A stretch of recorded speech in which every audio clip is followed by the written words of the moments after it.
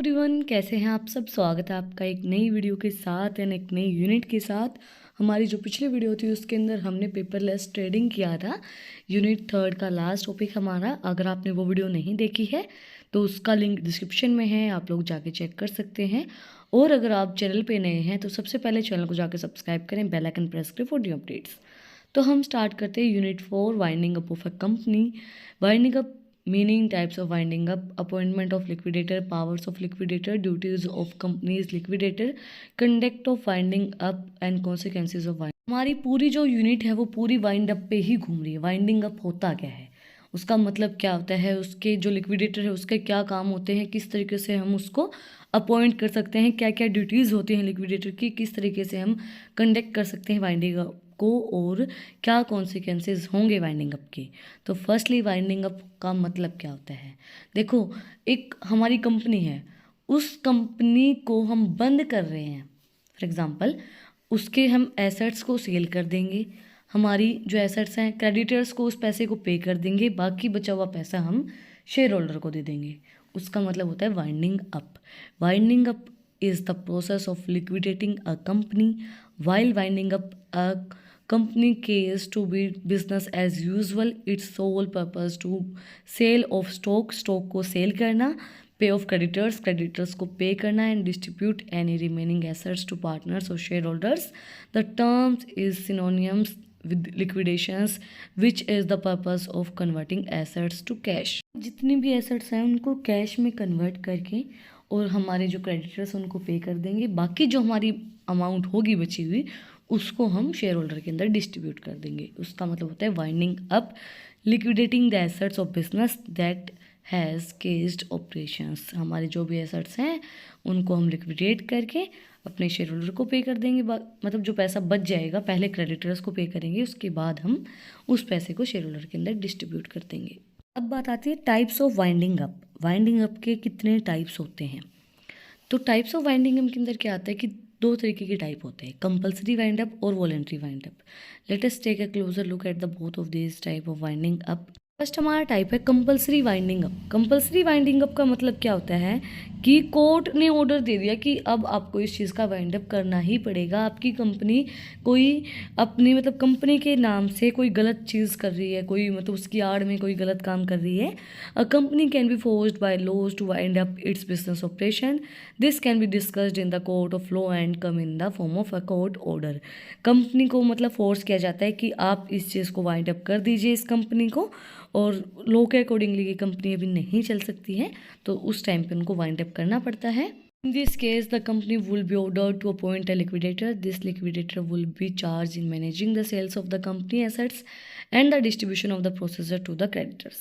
Liquidator का मतलब क्या होता है कि जो एसेट्स को सेल करे, हर एक चीज़ को मैनेज करे, कंपनी की जो भी कंडीशन उस चीज़ को चेक करके सारे क्रेडिटर्स को पे करेगा, और बाकी हुई जो बची हुई अमाउंट है वो अपने शेयर होल्डर्स को डिस्ट्रीब्यूट कर देगा। ये लिक्विडेटर का काम होता है, इस वजह से लिक्विडेटर को अपॉइंट किया जाता है।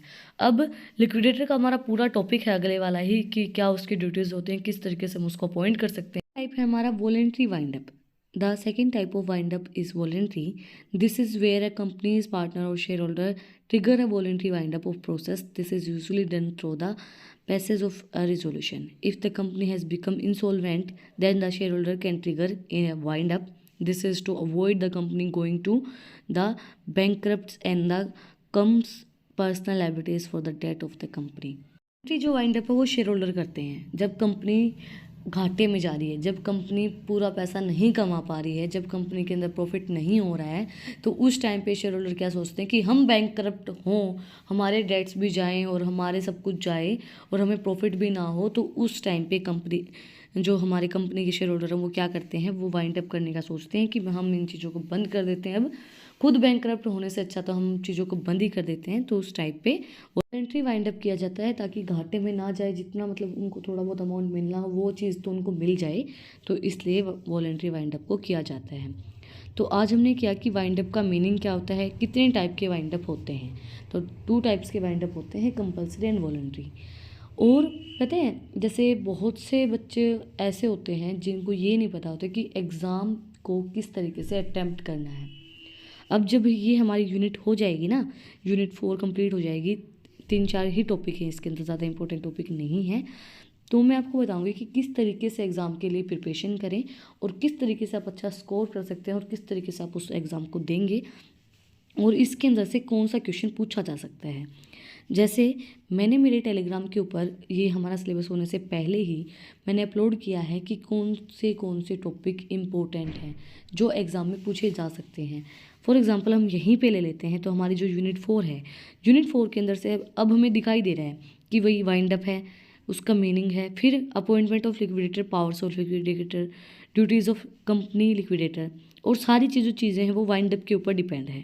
तो अगर हम अपने पहले के 3 टॉपिक मतलब ए बी सी करें तो हम कोई भी 2 क्वेश्चन में से एक क्वेश्चन अटेम्प्ट कर सकते हैं, क्योंकि हर यूनिट से 2 क्वेश्चन आते हैं।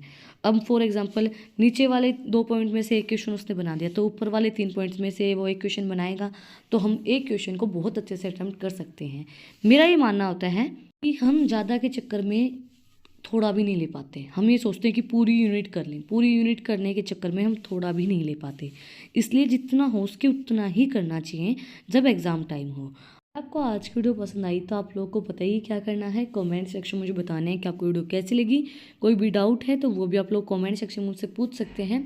और अगर आपको इन टॉपिक्स की PDF चाहिए तो टेलीग्राम चैनल का लिंक भी डिस्क्रिप्शन में है और वहाँ पे मैं इंपॉर्टेंट टॉपिक्स भी अपलोड करती रहती हूँ कि इन यूनिट्स के अंदर से कौन से इंपॉर्टेंट टॉपिक हैं, तो वो भी मैं अपलोड कर चुकी हूँ। और अगर आपको और भी कोई इन्फॉर्मेशन चाहिए, कोई भी जानकारी चाहिए तो आप लोग मुझे इंस्टाग्राम पे भी मैसेज कर सकते हैं, तो उसका लिंक भी डिस्क्रिप्शन में है, वहाँ पे भी जाके मुझे फॉलो कर सकते हैं। मिलते हैं एक नई वीडियो के साथ, एक नए टॉपिक के साथ। Like share subscribe. Thank you for watching my video.